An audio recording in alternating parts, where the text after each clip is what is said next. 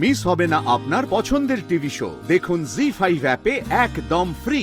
আমি চোখ খুলে ছোটবেলা থেকেই বহরমপুরকেই চিনি। স্কুল, ডান্স স্কুল বা যেখানে খুশি যাওয়া, মানে আমি রাদার পূর্ব মেদিনীপুর থেকে আমি বহরমপুরকে বেশি চিনি এবং ওটাই আমার কাছে টান, মানে রাদার দ্যান পাঁশকুড়া। আমি খুব রেয়ার যাই। বহরমপুর থেকে এই ডান্স বাংলা ডান্সে আসাটা সম্ভব কিভাবে হলো? এটা আমার মানে ছোটবেলা থেকে একটা নাচের খুব ইচ্ছে। আমার মা খুব ভালো গান এবং আবৃত্তি খুব ভালোবাসেন এবং আবৃত্তিও আমার মা চর্চা ছিল ছোটবেলা থেকে। মা ভেবেছিল আমি একটু গান নিয়ে এগোই তাহলে মা ভালো লাগবে, কিন্তু মা ছোটবেলা থেকে যখনই টিভিতে একটু গান চলতো আমি নাচ করতে শুরু করে দিতাম। ওই যে দেখা যে না আমার মেয়েটা নাচ করতে ভালোবাসে, তখন আমি বোধহয় 7 বছর বয়স, আমাকে একটা ডান্স ক্লাসে ভর্তি করানো হলো। সেখান থেকেই যখন মা দেখলো আমার ইমপ্রুভ হচ্ছে, সেখান থেকে আমি বহরমপুরের ফেম হোটেল আছে সেখানেই ডান্স বাংলা ডান্সের অডিশন। ফার্স্ট যখন আমার মনে আছে আমি ডিআরআর এর স্টেজটাতে ঢুকলাম, আমি ছোটোবেলা থেকে দেখতাম যে ওটা কি এত লাইট জ্বলে, ওইখানেও আমি একদিন যাবো। আমি মা কোলে করে আমাকে ডান্স বাংলা ডান্স দেখতো যখন হতো আগের সিজনগুলো। তো ফার্স্ট যখন আমি ডিআরআর এর সেটটাতে ঢুকলাম না, এটাই আমার স্বপ্ন ছিল যে আমি করতে পেরেছি কিছু একটা। দেন তারপর ডান্স বাংলা ডান্সের সেমিফিনালিস্ট হলাম, এটাও আমার স্বপ্ন ছিল না যে এত দূর যাবো।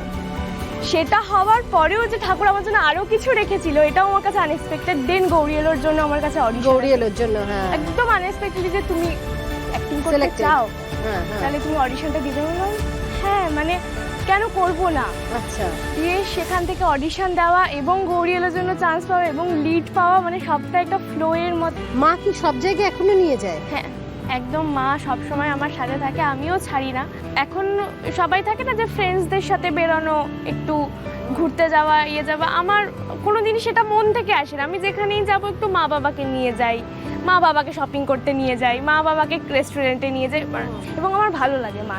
এখন তুমি কি পড়ছো? এখন আমি ক্লাস 12-এ উঠলাম। তুই যে সিরিয়ালটা করছিস সেটা হচ্ছে কে প্রথম কাছে এসেছে।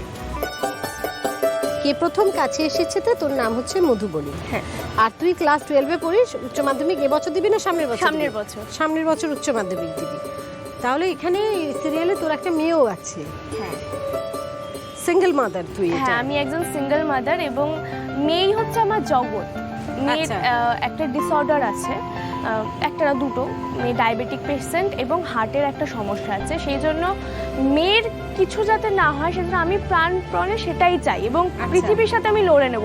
নামটাই যে কে প্রথম কাছে এসেছি, যে হিরো তার নাম রিক, আমার এবং রিকের সাথে আমার আলাপ হয় এবং কোথাও আমারও ভালো লাগে এবং তারও আমাকে ভালো লাগে, কিন্তু আমি সবসময় না, আমি আমার ফার্স্ট প্রায়োরিটি, একদম জগৎ এবং ফার্স্ট প্রায়োরিটি, আর কিচ্ছু আমার চাই না জীবনে। এবং সেও সেই দিকটা থেকে একটু দূরে চলে যাচ্ছে যেহেতু আমি চাইছি না। তো এরকমই একটা বোঝাপড়া বা টানাপোড়েন চলছে, তো এটা নিয়েই গল্প। এবার এই যে টানাপোড়েন, তার মধ্যে দেখা যাবে যে কে প্রথম কাছে আসে, তাই তো? আমরা অপেক্ষায় থাকবো যে কে প্রথম কাছে আসে সেটা দেখার জন্য। একদম সবাইকে চোখ রাখতে হবে জি বাংলায়, যে কে প্রথম কাছে আসছে সেটা দেখার জন্য। ক্লাস 12-এ পড়ার মেয়ে, তার আবার মেয়ে, হ্যাঁ, সে আবার মেয়ের দায়িত্ব নেবে। জি5 ডাউনলোড করুন আর সব এপিসোড দেখুন একদম ফ্রি।